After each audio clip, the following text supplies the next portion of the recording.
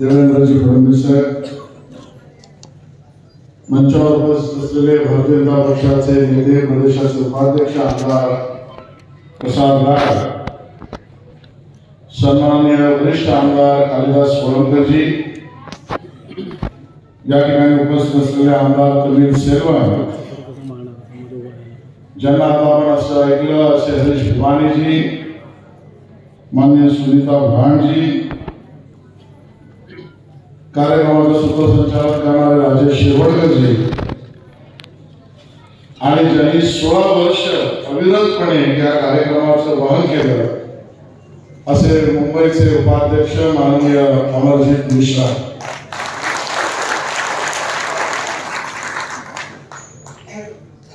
आजचा कार्यक्रम अनोखा आणि वेगळा कार्यक्रम. 16 वर्ष सातत्याने एका कार्यक्रमाची मांडणी करावी आणि यशस्वीरित्या पूर्ण करावा अशा पद्धतीची एक परंपरा असलेल्या मुंबईतल्या भारतीय जनता पक्षातला कोणी कार्यकर्ता नेता असेल तर तो अमरजीत मिश्रा यांनी त्यांचं खूप मनापासून कार्यक्रम.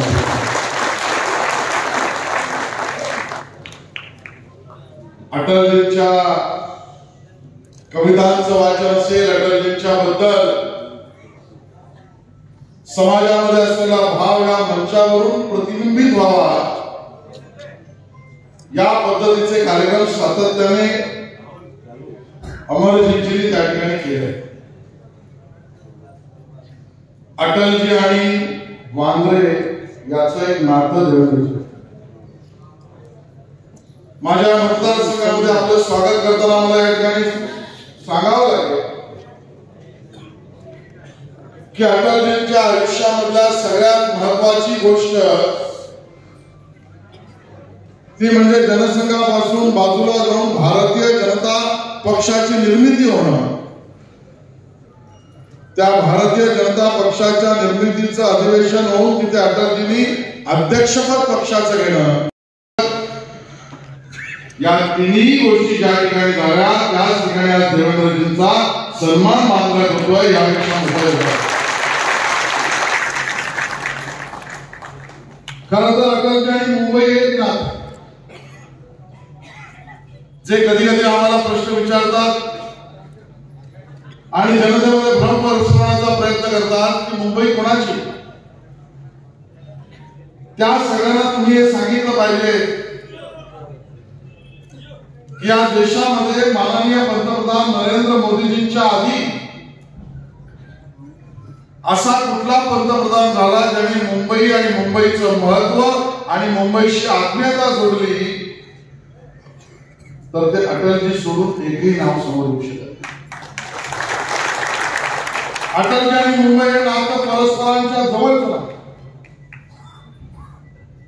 अटलजींच्या आयुष्यामध्ये ज्या वेळेला दुर्दैवाने रोग आणि आजारपण आलं, अटलजींनी मुंबईमध्येच शस्त्रक्रिया करायचं ठरवलं. पंतप्रधान होते, ठरवलं असतं तर जगात कुठेही शस्त्रक्रिया करू शकते. मोदीजींच्या आधी अटलजीच केवळ असे पंतप्रधान आहेत की ज्यांनी मुंबई म्हणजे गणेशोत्सव, मुंबईचा आत्मा गणेशोत्सव जो लोकमान्य टिळकांनी या ठिकाणी सार्वजनिक केला, त्या आमच्या लालबागच्या रंगारी बदक चाळीमध्ये जाऊन सुद्धा सार्वजनिक गणेशोत्सवात सामील होणारे हे अटलजी जे पंतप्रधान. अटलजी आणि मुंबई नातं असं आहे की मुंबईतला मुंबईकर आणि मराठी माणूस याचा आत्मा म्हणजे मराठी नाटक आणि नाट्य संस्कृती आहे. असा मुंबईकर नाही, असा मुंबईकर मराठी नाही की ज्याला नाटकांवर आणि नाट्य संस्कृतीवर प्रेम नाही. पण या देशामध्ये मोदीजींच्या आधी असा कोण पंतप्रधान झाला की ज्याने शिवाजी मंदिरच्या नाट्यगृहात जाऊन ती फुलराणी हे नाटक पाहिलं तर ते अटलजी सोडून आम्ही. मराठी सिनेमा सुद्धा महाराष्ट्राचं वैभव आहे. मुंबई ही सिनेमा निर्मितीचं केंद्र आहे. आणि मग मराठी सिनेमा प्लाझा सिनेमामध्ये जाऊन, प्लाझा थिएटरमध्ये जाऊन हमाल ते धमाल बघणारा कोणी राष्ट्रीय नेता होता तर तो अटलजींच्या नंतर कोणीच नाही. या पद्धतीचं अटलजींची मुंबईची नाव. आणि त्यामुळे अटलजी आणि मुंबई कोणाची तर मुंबई अटलजींची. या पद्धतीने पंतप्रधान असल्यानंतर विविध योजनांना सुद्धा या मुंबईकरांसाठी अटलजींनी त्या ठिकाणी आपल्या सेवेतून त्या ठिकाणी दिल्या. मुंबईची बीएसटी देवेंद्रजी पहिल्यांदा वाचली असेल तर मुंबईच्या बीएसटीचं ट्रान्सपोर्ट डिव्हिजन हे घाट्यामध्ये आणि वीज कंपनी फायद्यामध्ये.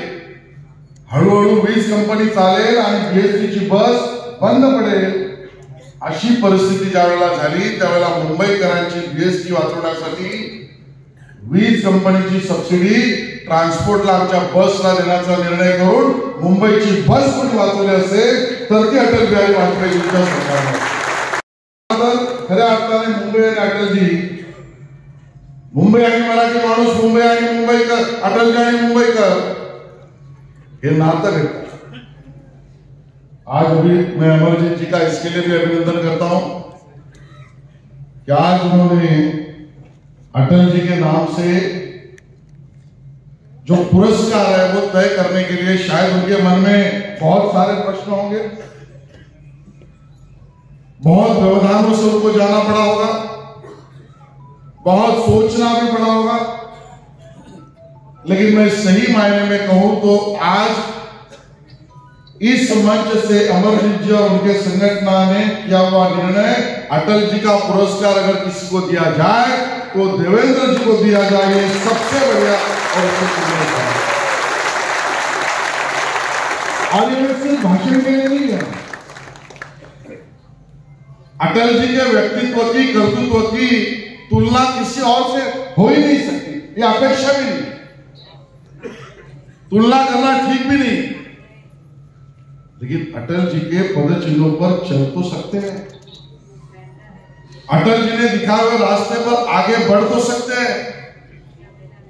और उस दृष्टि से अगर अटल जी ने किया हुआ काम, कर्तृत्व, दातृत्व इस भूमिका से अगर सोचा जाए तो अटल जी के जीवन के बिंदु और अपने जीवन में उस बिंदुओं पर चलने की, राह पर चलने की ताकत, ये देवेंद्र जी का जीवन है. अटल जी बहुत हमें जवाबी थे. मुझे वो प्रसंग याद है देवेंद्र जी, जब अटल जी बीमार भी थे, अस्वस्थ भी थे, दिल्ली के राष्ट्रीय कार्यालय की बैठक में थे, हम स्वाभाविकता वहां पर थे. और वो दिन भी मुझे याद है कि उसके एक दिन पहले कांग्रेस के तब के नेता नटवर सिंह जी को सोनिया गांधी की कांग्रेस से निकाल दिया और मीडिया के सभी लोग बड़े पैमाने पर खड़े थे एक बैरिकेडिंग के पीछे और कार्यालय से निकलकर अटल जी कार तक चल रहे थे. दुर्भाग्य से अस्वस्थता के कारण बेबी स्टेप की तरह से चल रहे और मीडिया के लोग वहां पर पीछे पड़े अटल जी के कि प्रतिक्रिया चाहिए, अटल जी आपकी प्रतिक्रिया चाहिए, अटल जी आप कुछ कहेंगे, आपसे कुछ कहना चाहिए. बात फूट गया तो एक पत्रकार ने कहा अटल जी नटवर सिंह जी पर बोलेंगे क्या? अटल जी स्मित हास्य से चल रहे थे और एक ने पूछ ही डाला अटल जी आपको नहीं लगता कि नटवर सिंह को बलि का बकरा बनाया है? हाजिर जवाबी नेता प्रतिक्रिया देता है मैं तो शाकाहारी हूं. ये अटल बिहारी वाजपेयी जी की हजर जवाबता महाराष्ट्र के विधानसभा में अगर 2014 से मैं हूं, उसके पहले विधान परिषद में था, वो हाजिर जवाबता वक्तृत्व में मैंने किसी की देखी है. वो प्रसंग मुझे आज भी याद है, अगर मैं गलत हूं देवेंद्र जी मुझे करेक्ट करे. वहां पर वो प्रसंग था, विपक्ष के लोग एक पानसरे जी की हत्या के बाद सभागृह में हो हल्ला मचा रहे थे. माननीय मुख्यमंत्री देवेंद्र जी थे, उसके पहले पूर्व नियोजित कार्यक्रम के नाते डॉक्टर मुंजे जी के नासिक के कार्यक्रम में आप जाकर आए थे और विपक्ष के नेता ने सवाल उठाया था, हमको भी लगा जिस प्रकार की निर्मम हत्या थी पानसरे जी, जिसका निषेध भी करना चाहिए। उसके बाद विपक्ष ने सवाल उठाया कि डॉक्टर मुंजे जी के एक कार्यक्रम में आप देवेंद्र जी गए थे, जो मुंजे जी हिटलर को मिले थे। वे कहां से ढूंढ के लाया, किस प्रकार का आरोप था। और उस समय पर हमारे देवेंद्र जी एक सेकंड में खड़े हो गए और कहा, डॉक्टर मुंजे जी अगर हिटलर जी को मिले थे इसके कारण उनके कार्यक्रम में जाना ठीक नहीं होगा, तो नेताजी सुभाष चंद्र बोस भी हिटलर को मिले थे, उसको आप क्या कहोगे। यह हमारा जवाब है। और इसके लिए अटल जी के राह पर चलने वाला नेता ये देवेंद्र जी के सिवा और कोई हो नहीं सकता। अटल जी कवि थे, देवेंद्र जी कविता प्रेमी है। अगर आप में से कई लोगों ने आग्रह किया तो आज भी 2-4 संघ के गीत और कविताओं कह सकते हैं। और इसके लिए अटल जी के राह पर चलना। अटल जी सावरकर भक्त थे। अटल जी का सावरकर जी पर वो तूफानी भाष्य, तर्कश तारुण्य तर्क, यह अटल जी की सावरकर जी के प्रति भक्ति। और उसी प्रकार के महाराष्ट्र के विधानसभा में उद्धव ठाकरे जी की सरकार ने जब सावरकर जी के जयंती का कार्यक्रम नहीं मनाएंगे तय किया, तब उस सभागृह में खड़े होकर देवेंद्र जी ने कहा, मैं सावरकर जी की जयंतियां मनाऊंगा जिसमें उम्र को मुझे अटल जी के नाम पर चलने वाला नेता जब मुख्यमंत्री बन गया तब भी अटल जी के राह पर चले। अटल जी एक भी फाइल पेंडिंग न रखते हुए, एक भी फाइल पर उन्होंने किया हुआ निर्णय कभी प्रश्नांकित नहीं हुआ। आप में से कई लोगों को पता नहीं होगा, देवेंद्र जी के पास मुख्यमंत्री थे जब भी, और आज तो मुख्यमंत्री है तब भी उनके अधिकारी बता सकते हैं, कोई फाइल सामने आई तो उसके ऊपर जो आवश्यक प्रतिक्रिया है वो लिखने से न डरने वाला नेता ये देवेंद्र जी के मुख्यमंत्री।